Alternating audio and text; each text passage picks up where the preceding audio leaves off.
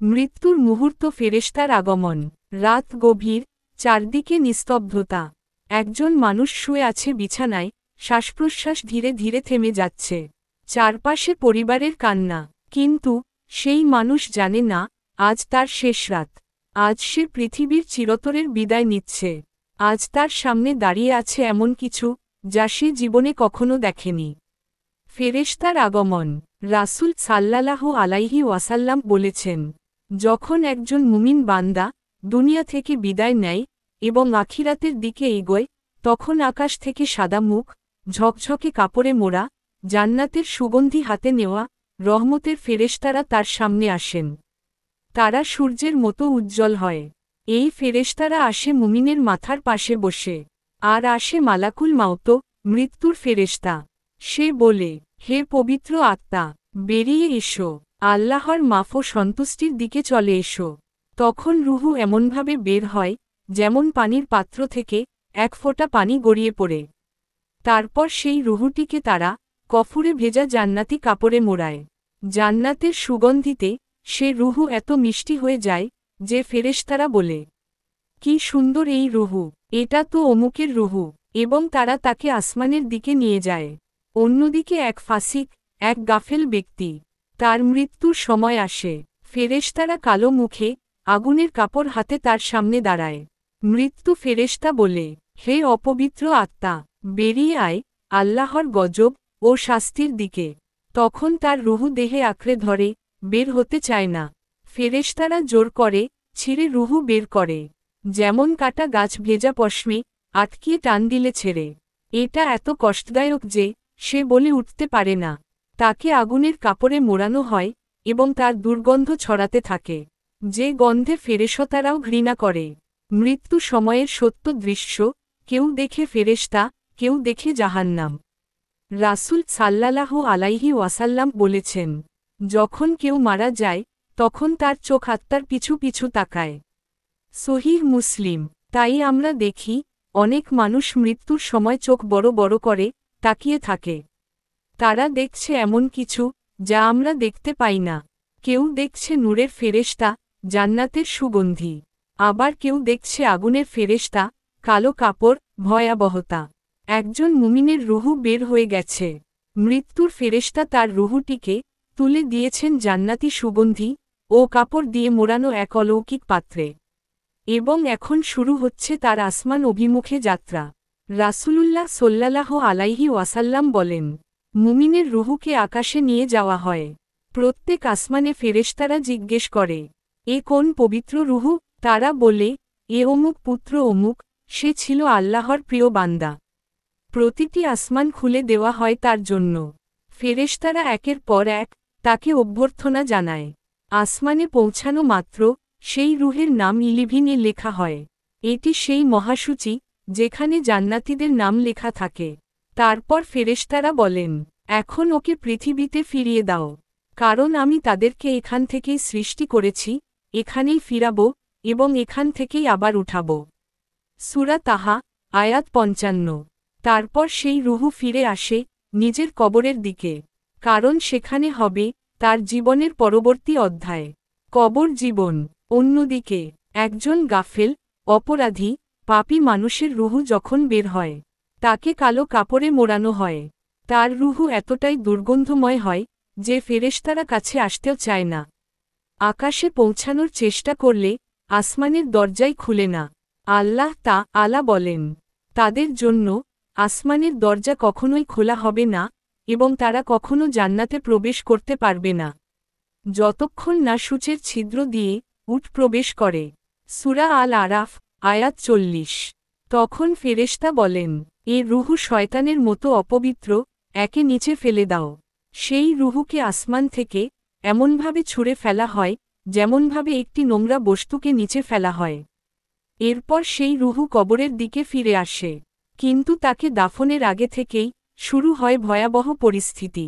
সাহাবীরা বলতেন, রুহু আসমানে গমন করেই বুঝা যায় সে কারো প্রিয় ছিল না ঘৃণিত। মুমিনদের রুহু আসমানে প্রশান্তি ও সম্মানে অবস্থান করে। পাপীদের রুহু সিজ্জিন নামে পরিচিত একটি নিচু স্থানে তালাবদ্ধ হয়ে থাকে। সূরা আল মুতাফফিফিন, আয়াত ৭ ও ৯। কবরের প্রথম রাত। একা একটি জীবন শুরু। মৃত্যু হয়ে গেছে, রুহু ফিরে এসেছে দেহে। দাফন সম্পন্ন হয়েছে। সব আত্মীয় স্বজন, বন্ধু বান্ধব কাঁদতে কাঁদতে ফিরে গেছে। এখন কবরের মাটির নিচে একাকী শুয়ে আছে একজন মানুষ। নতুন এক জগৎ, নতুন এক জীবন। কবরের জীবন। রাসূল সাল্লাল্লাহু আলাইহি ওয়াসাল্লাম বলেন, কবর হচ্ছে জান্নাতের একটি বাগান অথবা জাহান্নামের একটি গর্ত। তিরমিজি। প্রথম রাতেই কবর কথা বলে। এটা বলে, হে আদম সন্তান, আমার উপর তুমি হেঁটেছ, আজ তুমি আমার ভিতর। যদি সে ছিল আল্লাহভীরু মুমিন, তবে কবর বলে, স্বাগতম, তুমি আমার জন্য ছিলে প্রিয় মানুষ। তখন কবর প্রশস্ত হয়, যতদূর চোখ যায়। আলো জ্বলে ওঠে, সুবাস ছড়িয়ে পড়ে। কিন্তু যদি সে গাফেল, পাপী হতো, তাহলে কবর বলে, তুমি ছিলে আমার কাছে সবচেয়ে ঘৃণিত। আজ তুমি শাস্তি ভোগ করো। তখন কবর এমনভাবে চেপে ধরে যে এক হাড় অন্য হাড়ের ভেতর ঢুকে যায়। এক হাদিসে আছে, কবর এমন চাপ দেয়, যদি পাহাড়কে চেপে ধরা হতো, তা চূর্ণবিচূর্ণ হয়ে যেত।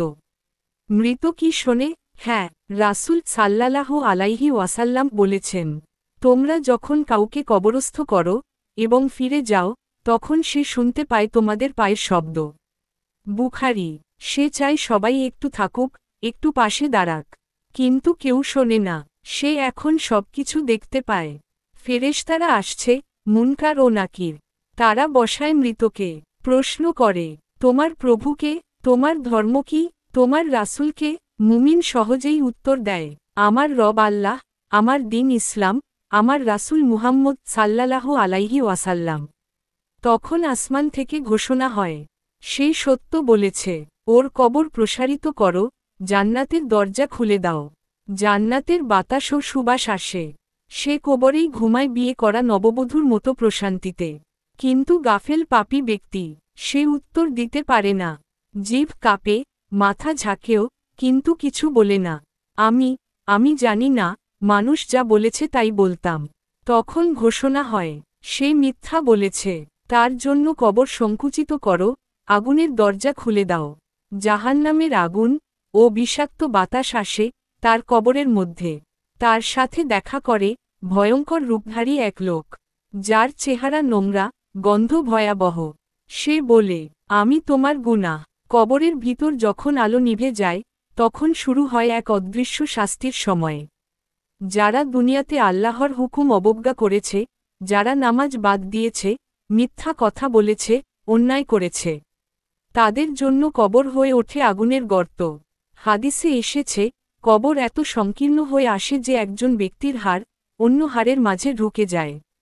সাপ ও বিচ্ছু কবরের ভেতর ঘোরাফেরা করে। শাস্তি এত তীব্র যে মানুষ চিৎকার করতে চায়, কিন্তু কেউ শুনতে পায় না। ফেরেশতারা আগুন দিয়ে ঝাঁঝরা করে দেয়। কাফের বা মুনাফিকদের কবর আযাবের শুরু। রাসূল সাল্লাল্লাহু আলাইহি ওয়াসাল্লাম বলেছেন, কবরের আযাব তাদের জন্য, যারা আল্লাহর আদেশ লঙ্ঘন করেছে। তিরমিজি। মৃত্যুর পর কবর শুধু শাস্তির জায়গা নয়, বরং অনেকের জন্য আরাম ও শান্তির জায়গাও হতে পারে। যারা আল্লাহর ভয় পেয়ে সৎ আমল করেছে, নামাজ পড়েছে, দয়া মায়া করেছে, তাকওয়া ও সদকা দিয়েছে, তাদের কবর হয় জান্নাতের বাগানের মতো সুন্দর, প্রশান্তিময় এক স্থল। রাসূল সাল্লাল্লাহু আলাইহি ওয়াসাল্লাম বলেছেন, কবর হয় জান্নাতের একটি বাগান অথবা জাহান্নামের একটি গর্ত। তিরমিজি। অর্থাৎ, কবরের পরিবেশ সম্পূর্ণ আলাদা হতে পারে। কবর আলোকিত হয় কিভাবে? সদকা, জিকির, কুরআন তেলাওয়াত দ্বারা মৃতের কবর আলোকিত হয়। একজন ধার্মিক সন্তান যদি তার মায়ের জন্য দোয়া ও সদকা করে, তাহলে মার কবর প্রশস্ত ও আলোয় ভরে ওঠে। আমলির কবরের চারপাশে ফেরেশতারা জড়ো হয়, তারা সেখানে প্রশান্তি দেয়। বর্ণনাকারীরা বলেছে, যারা সদকা ও নামাজে নিয়মিত ছিল, তাদের কবর হয় গোলাপ, সুবাসিত ফুল ও মধুর বাতাসে ভরা। কবরের দেয়াল প্রশস্ত, যেমন জান্নাতের ঘর হয়, আর ভিতরে শান্তি আর স্বস্তি বিরাজ করে। ফেরেশতারা মৃতের কবরের কাছে এসে তার জন্য দোয়া করে। তারা বলে, আমাদের এই বান্দা আল্লাহর পথে পথ চলেছে, তার জন্য আমরা আনন্দিত। মৃত ব্যক্তি কবরেই জান্নাতের এক ছোট্ট অংশ দেখতে পায়। এটা তার জন্য পুরস্কার ও তৃপ্তি। একজন সাহাবী বলেন, রাসূল সাল্লাল্লাহু আলাইহি ওয়াসাল্লাম তার কবরের জন্য দোয়া করেছিলেন এবং জানালেন কবরের নিয়ামত সম্পর্কে। তিনি বলেছিলেন, কবর যেখানে আলোকিত হয় সেখানে মৃত ব্যক্তি শান্তিতে থাকে, সে কষ্ট পায় না। আজ যদি আপনি চান আপনার কবর জান্নাতের বাগান হোক, তাহলে নামাজ ঠিকমতো পড়ুন, আল্লাহর ভয় মাথায় রাখুন, সদকা করুন, অন্যায় থেকে বিরত থাকুন এবং নিজের ও পরিবারের জন্য দোয়া করুন। মুনাফিক লোকেরা যাদের মুখে ইসলাম কিন্তু অন্তরে বিশ্বাস ছিল দ্বিধাবিভক্তি, তারা ছিল আল্লাহর পথে ধোঁকাবাজ। তাদের কবর হয় বিশেষ রকমের শাস্তির স্থান।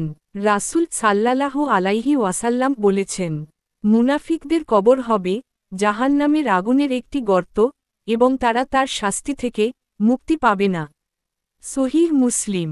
তাদের কবর হয় অত্যন্ত সংকীর্ণ, হাড়ের মাঝে হাড় ঢুকে যায়, আগুন জ্বলছে কবরের চারপাশে, শ্বাস নিতে কষ্ট হয়। শাস্তি এত তীব্র যে তারা চিৎকার করে কিন্তু কেউ শুনতে পায় না। তারা ছিল দুনিয়াতে ধোঁকা, ধড়ি ও মিথ্যার পেছনে। নামাজ রোজা করত কিন্তু হৃদয় ছিল কালো। শেষ দিন তারা নিজেরাই নিজেদের শাস্তি দেয়। মুনাফিকরা গাফেল এবং তারা নিজেদের ধোঁকায় পড়ে। সূরা মুনাফিকুন আয়াত 6 ও 10। রাসূল সাল্লাল্লাহু আলাইহি ওয়াসাল্লাম বলেছেন, মুনাফিকদের কবর হবে তাদের জন্য দুঃখ ও আযাবের জায়গা। অন্ধকার ও নিঃসঙ্গতার মাঝে যখন মানুষ কবরের নিচে শুয়ে থাকে তখন অনেকের কবর হয় আলোকিত, ঝলমল করে। এটা কি কারণে হয়? রাসূল সাল্লাল্লাহু আলাইহি ওয়াসাল্লাম বলেছেন, যে তার জন্য দোয়া ও সদকা পড়ে তার কবর আলোকিত হয়। তিরমিজি। জীবিতদের দোয়া ও ইস্তেগফার।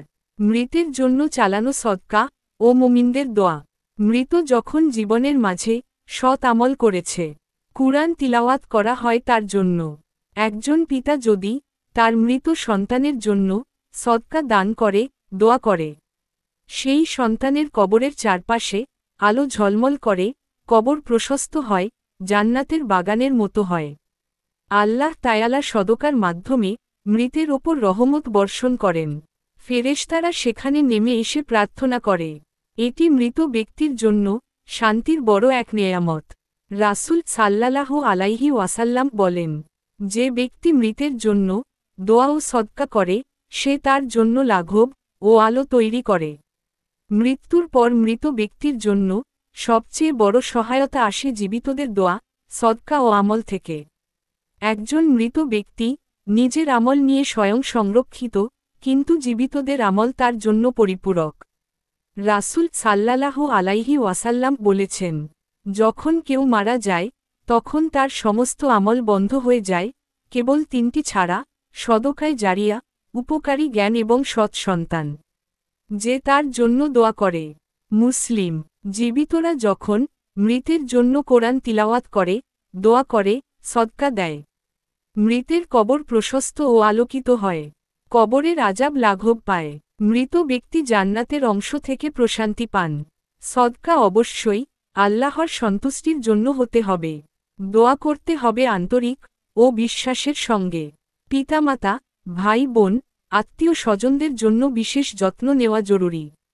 আমাদের দায়িত্ব শুধুমাত্র নিজেদের জন্য নয়, যারা গিয়েছেন তাদের জন্য দোয়া, সদকা ও ভালো আমল চালিয়ে যাওয়া।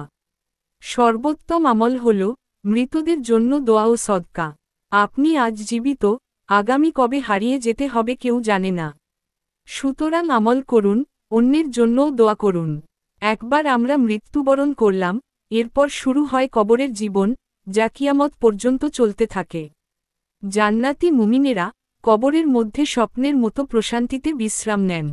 ফেরেশতারা তাদের সঙ্গ দেয়, সুগন্ধ ও আলোর মাঝে থাকে। আর পাপীরা কষ্ট ও শাস্তির আগুনে দগ্ধ হয়। কিয়ামত আসার আগ পর্যন্ত কবরবাসীরা অপেক্ষা করে, প্রতিদিন তাদের অবস্থার উপর ভিত্তি করে তাদের জন্য ফেরেশতারা দোয়া ও আযাব প্রদান করে। তারা যেন জান্নাতের ছোট্ট অংশ দেখতে পান। তাদের কবর প্রশস্ত হয়, আরামে বিশ্রাম নেয়। তাদের জন্য ফেরেশতারা দোয়া করে, আল্লাহর রহমত কামনা করে। তারা চিৎকার করে, শ্বাস নিতে কষ্ট পায়।